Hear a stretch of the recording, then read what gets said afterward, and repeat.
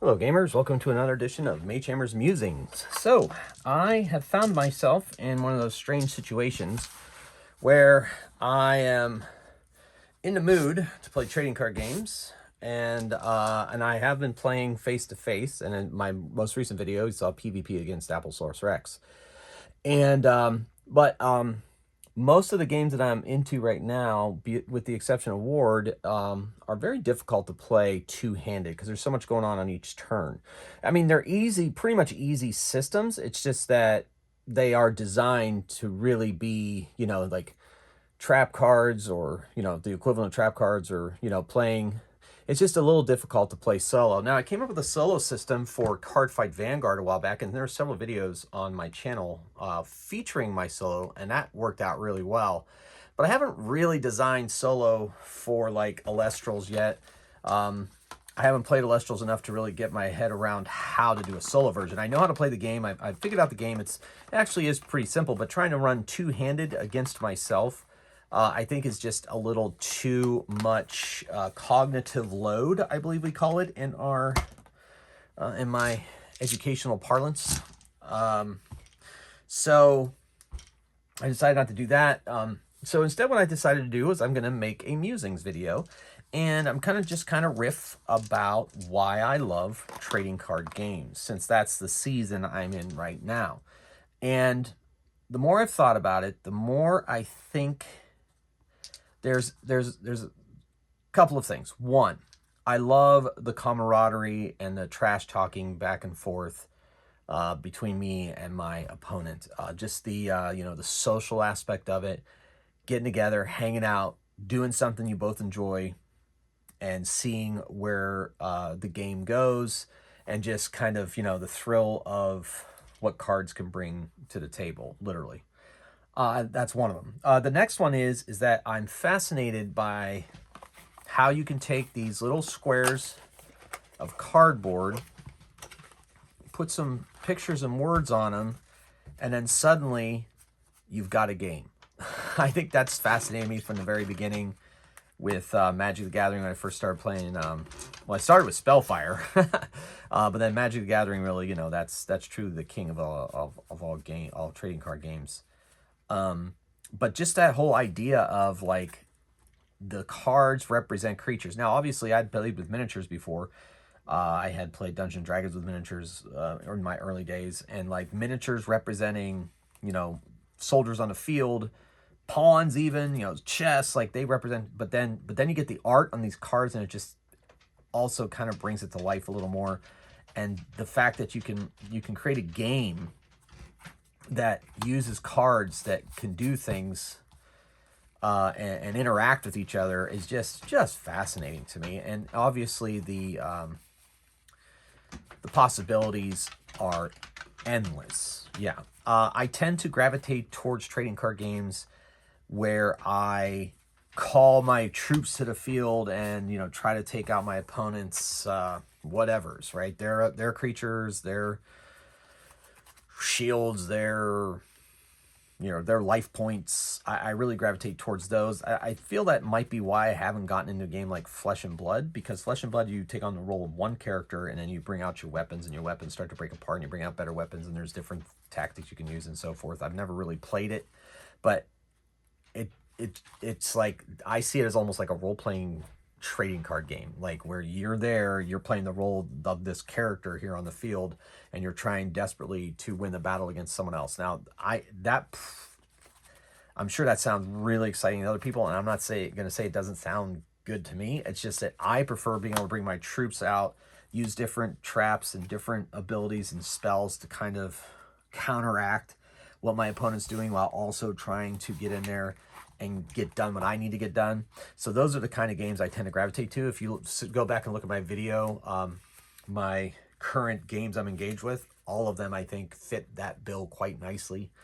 Shadowverse Evolve, it was really coming to my head. I really like that. Rush Duel, oh, I just wish they published Rush Duel in English, but I just don't think it's gonna happen. And I have my Japanese cards, and I play with those, with the translations, and it's fun, but it's still that extra friction point. It's just kind of extra hard to get it to the table. I thought about playing that for a solo video for you all to see how the game plays.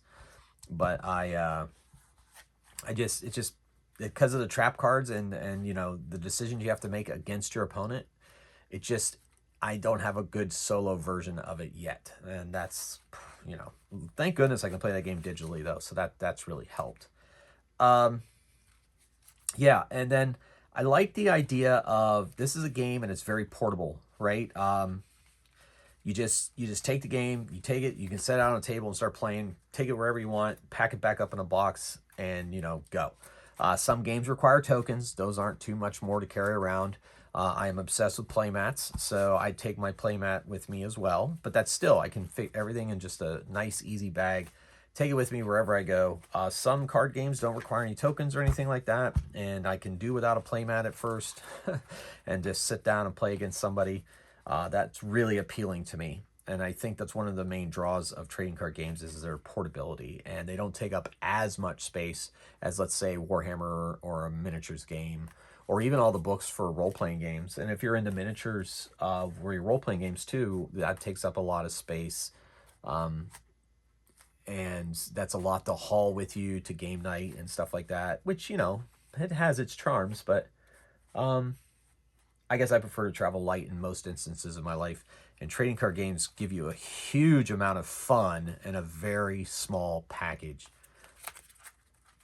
So I think that's another thing that really attracts me to trading card games. Then there's the collectability. I'm not really a collector, which my wife, if she heard me say that, would laugh her face off. But I don't chase rares, like super special rares. I don't go after any of that. I am more interested in playing it.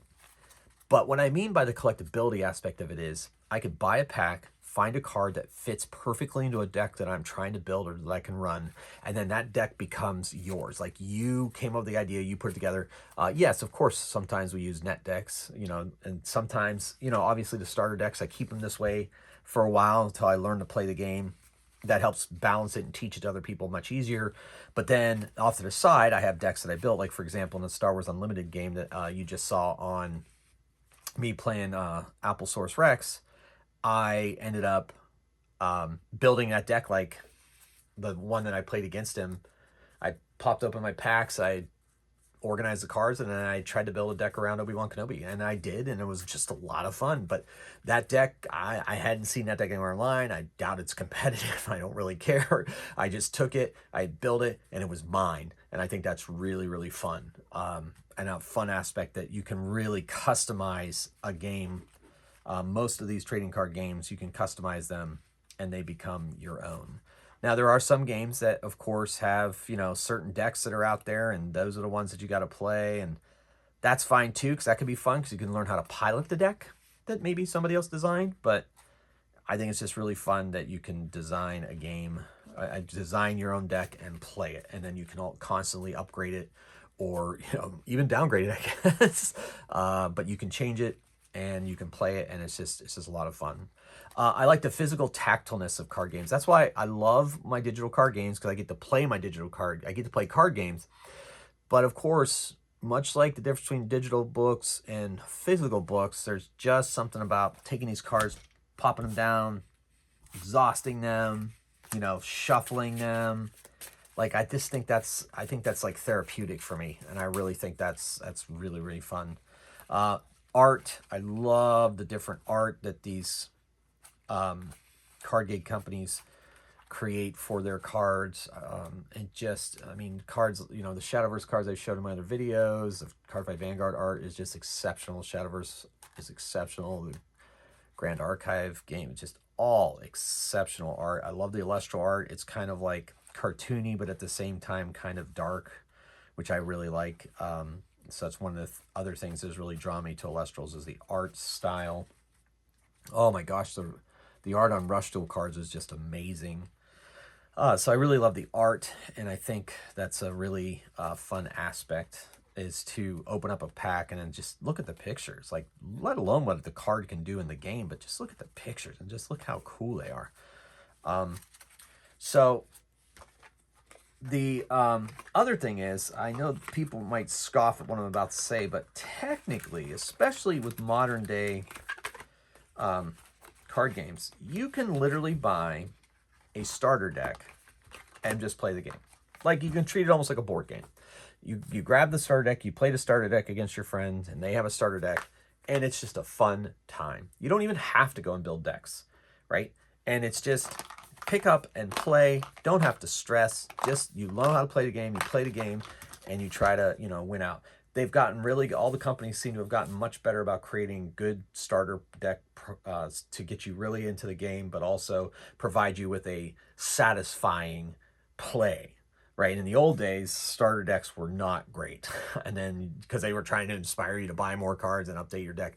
But now I think they've learned that if you have a really good experience right out of the gate, then you're even more inspired to go and start building your own decks. So I've been really excited about the concept of the starter deck, and that I think that if you are afraid of the collectability, if you're afraid of having to spend a crap load of money on a game, just stick with the starter decks, and I still think you're going to get a satisfying experience. And that's pretty much what my gaming life looks like right now. For Elestrals, I haven't built a deck yet. I've just had the starter decks. I'm learning on those. I'm going to play against Surf Mikey next time we get together. I'm going to teach somebody at Game Society, see if they want to, you know, see if they, you know, can pick up on the game. Just fun. Ward is kind of an anomaly in a way that you can have a very playable deck right out of the gate and pretty much just stay your deck, kind of like Keyforge. Keyforge, you don't have a choice. That has to be your deck. I really like that idea. And I think as card games go more towards that and make better and better starter decks, I think that's an advantage, so that people can get in at that level and just stay there. You could spend maybe, this was $25, it came with booster packs. But their new set that they're, the Firestorm, Elestrals Firestorm, is 2 decks in a starter for $25 with 4 booster packs. That is amazing. That's the way it should be. You just, you split it with a friend. That's like $12 each. You each get a deck. You each get 2 booster packs. You play the decks against each other. When you start get a little stale, you open up the booster packs, shuffle in some cards, and make that deck your own, and you're done. That, you technically, if you're afraid of this game becoming, or of trading card games becoming too expensive, that is the perfect way to do it. Technically, you could buy 2 of these. Your friend buys one $25. You buy another one $25. $50 less than a video game, and you guys can play for hours with just 2 starter decks. And that is the way it is with most trading card games these days. And so I say, you know, that's awesome. So I know, because trading card games obviously can be an expensive hobby, but they don't have to be. And technically, they are probably cheaper than miniature wargaming with paints and models and, you know, all that stuff. Of course, One Page Rules turns that on its head. Thank you very much, One Page Rules. I love you for that. But also, role-playing games, you buy a book, you have some dice, you're done forever, really. It's just the limits of your imagination. So that's probably a cheaper hobby too. But I guess the whole point of what I'm saying is that trading card games don't have to be expensive. They can be if you want them to be, but they don't have to be. And so that's another thing that I love about trading card games. So to sum up, big bang, small package, you know, can be as big or small as you want it to be, and you have hours of fun for a very small amount of money, technically. If you want to spend more money, you can. And that all depends, you know, and the art is beautiful, and it's one of the most portable things games you can take with you to sit down and play with a friend. And I think that's just amazing. So that is this Mage Hammer's musing, why I love trading card games. And let me know what your thoughts are down in the comments. What do you think? I know trading card games can be scary for some of you, and some of you love trading card games, but tell me what you think. Tell me, you know, why you don't play trading card games, or why you do play trading card games. Share that with us in the comments. So thank you so much for listening.